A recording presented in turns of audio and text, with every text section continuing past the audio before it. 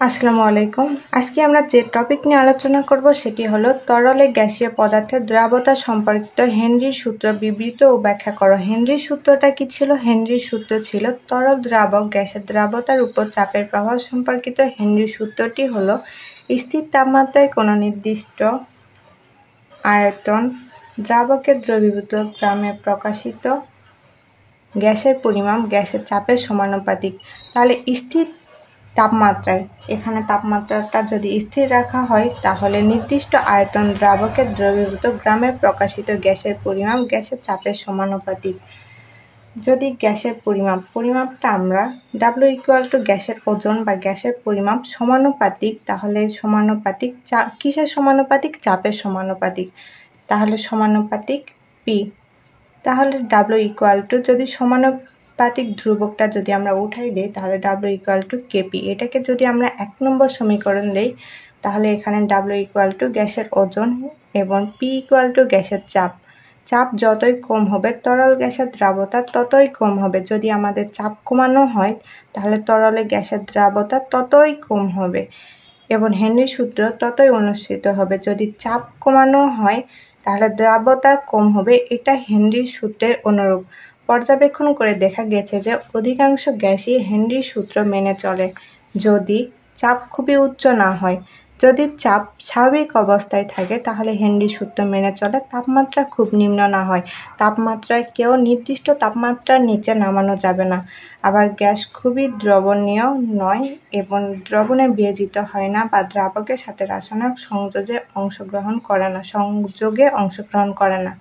তাহলে আমরা বুঝলাম যে এই 3টি ক্ষেত্রে গ্যাস তার হেনরির সূত্র মেনে চলে। তাহলে তরলে গ্যাসীয় পদার্থের দ্রাবতা সম্পর্কিত হেনরির সূত্রটি ছিল এটাই। আমরা যদি আরও একটা প্রশ্ন সলভ করি তাহলে দেখি যে অসমোসিস চাপ বা অসমোটিক চাপ অথবা অসমোটিক চাপের সূত্রগুলো বিবৃত এবং ব্যাখ্যা করো। বিজ্ঞানী ভ্যান টপ 1887 সালে গ্যাস সূত্রসমূহ সংযোগে দ্রবণের অসমোটিক চাপের সম্পর্কে কতগুলো সূত্র প্রদান করেন, যা একত্রে অসমোটিক চাপ সূত্র বা অসমোটিক চাপ সংক্রান্ত ভ্যান টপের সূত্র নামে পরিচিত।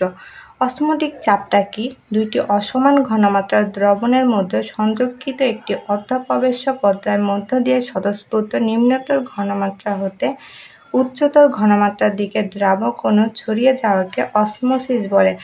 যদি আমরা দুইটি অসমান ঘনমাত্রার দ্রবণ নেই এবং এদের মধ্যে যদি সংযোগ করি একটি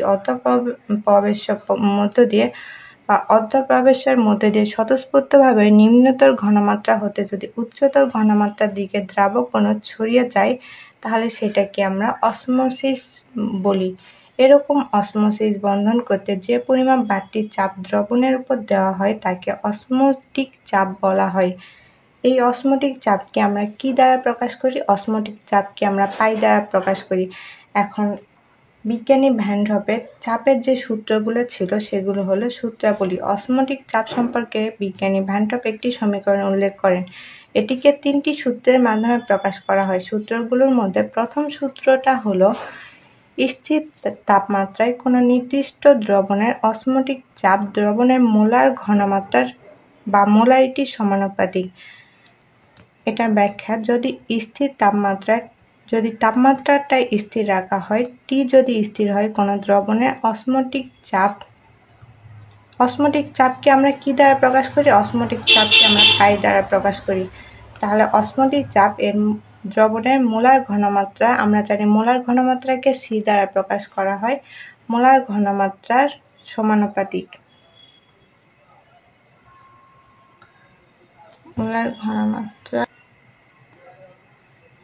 তাহলে অসমোটিক চাপ সমানুপাতিক সি, কারণ মোলার ঘনমাত্রা সি, পাই সমানুপাতিক সি। তাহলে যদি আমরা বা পাই ইকুয়াল টু সমানুপাতিক চিহ্নটা যদি উঠে যায় তাহলে পাই ইকুয়াল টু কেসি।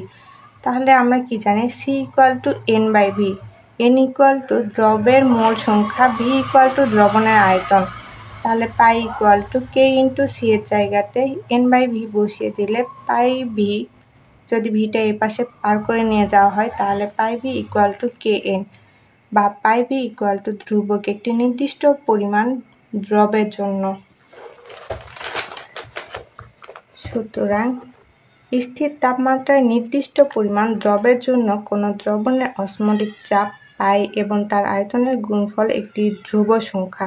তাহলে আমরা কি দেখলাম যে স্থির তাপমাত্রায় যদি আমরা এখানে লক্ষ্য করি, স্থির তাপমাত্রায় নির্দিষ্ট পরিমাণ দ্রবের জন্য কোনো দ্রবণের অসমোটিক চাপ এবং তার আয়তনের গুণফল, এই অসমোটিক চাপ এবং তার আয়তনের গুণফল একটি ধ্রুবক সংখ্যা, Kn একটি ধ্রুবক সংখ্যা। এজন্য আমরা দেখলাম যে স্থির চাপে যদি অসমোটিক চাপ এবং তার আয়তনের গুণফল একটি ধ্রুবক সংখ্যা। তাহলে দ্বিতীয় সূত্রটা কি ছিল? দ্বিতীয় সূত্রটা ছিল স্থির ঘনমাত্রা বিশিষ্ট কোনো